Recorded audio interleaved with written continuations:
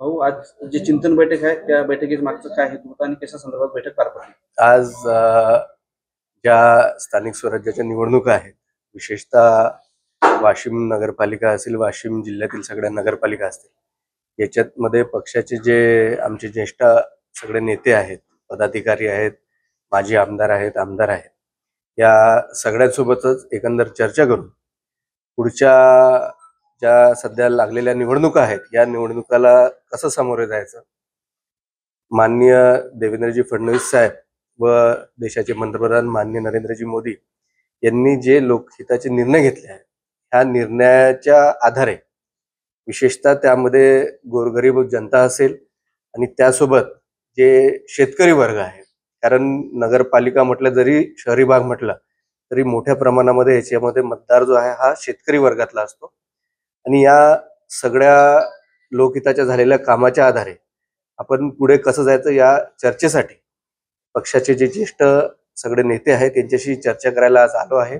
आणि त्या निमित्तानेच येणाऱ्या निवडणुकीमध्ये एक पक्षाची विकासाची ब्लूप्रिंट ही समोर जाऊन लोकांपर्यंत आमचा येणाऱ्या 5 वर्षामध्ये नगरपालिकेमध्ये आणि नगरपंचायतीमध्ये आमची सत्ता आली तर आम्ही काय विकास कामं करू, या ब्लूप्रिंट तयार करण्यासाठी आज एक चर्चासत्र वाशिम शहरा इथे युती संदर्भात काही निर्णय झाला का? कोणाला कोणत्या जागा दिल्या संदर्भात काही चर्चा झाली? युती संदर्भात अनेक चर्चा आमच्या चालू आहेत. जे आमचे मित्र पक्ष आहेत तेही त्यामध्ये पॉझिटिव्ह आहेत, परंतु एकंदर सगळ्याच पक्षातील सगळे जे कार्यकर्ते असतात यांना निवडणुकीमध्ये आम्हाला संधी मिळावी असा तो विषय असतो. आणि तरी कुठे युती होईल, कुठे मैत्रीपूर्वक लढत होईल अशी एकंदर परिस्थिती आहे. पण युतीकडे पॉझिटिव्ह विचार चालू आहे आणि लवकरच युती होईल असं चित्रही समोर येईल असं अपेक्षित आहे. कार्यकर्त्याची निवडणूक आहे, पण कार्यकर्त्याचं असं म्हणणं आहे की आपण स्वबळावर लढायला पाहिजे. भाजपच्या कार्यकर्त्यांना विशेष अशी मागणी आहे, काय सांगा?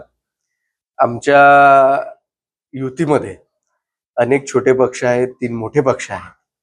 त्यामध्ये स्वाभाविक असतं की कार्यकर्त्यांची इच्छा असते की मला संधी मिळाली पाहिजे आणि त्या दिशेनेच काम चालू आहे. परंतु या सोबतच कार्यकर्त्याचा कुठेतरी बळी नाही गेला पाहिजे. शेवटी हे राजकारण आहे आणि त्या सगळ्या दिशेने जे आमचे ज्येष्ठ नेते आहेत त्यांचं सगळ्यांचं मार्गदर्शन घेऊन आपण काय फॉर्म्युला ठरवला पाहिजे याच दिशेने विचार चालू आहे. आमचे विरोधी पक्ष आहेत त्यांचं युती होते नाही होत असं चित्र स्पष्ट नाही आहे. महाराष्ट्रामध्ये अनेक मोठे पक्ष आहेत, परंतु वाशिम जिल्ह्यामध्ये काही छोटे पक्ष पण असे आहेत की त्यांचं मोठ्या प्रमाणामध्ये या सगळ्या इक्वेशनमध्ये त्यांचंही मत एक महत्वाचं आहे. तर या सगळ्यांची चर्चा चालू आहे आणि एक रणनीती आम्ही आखतो.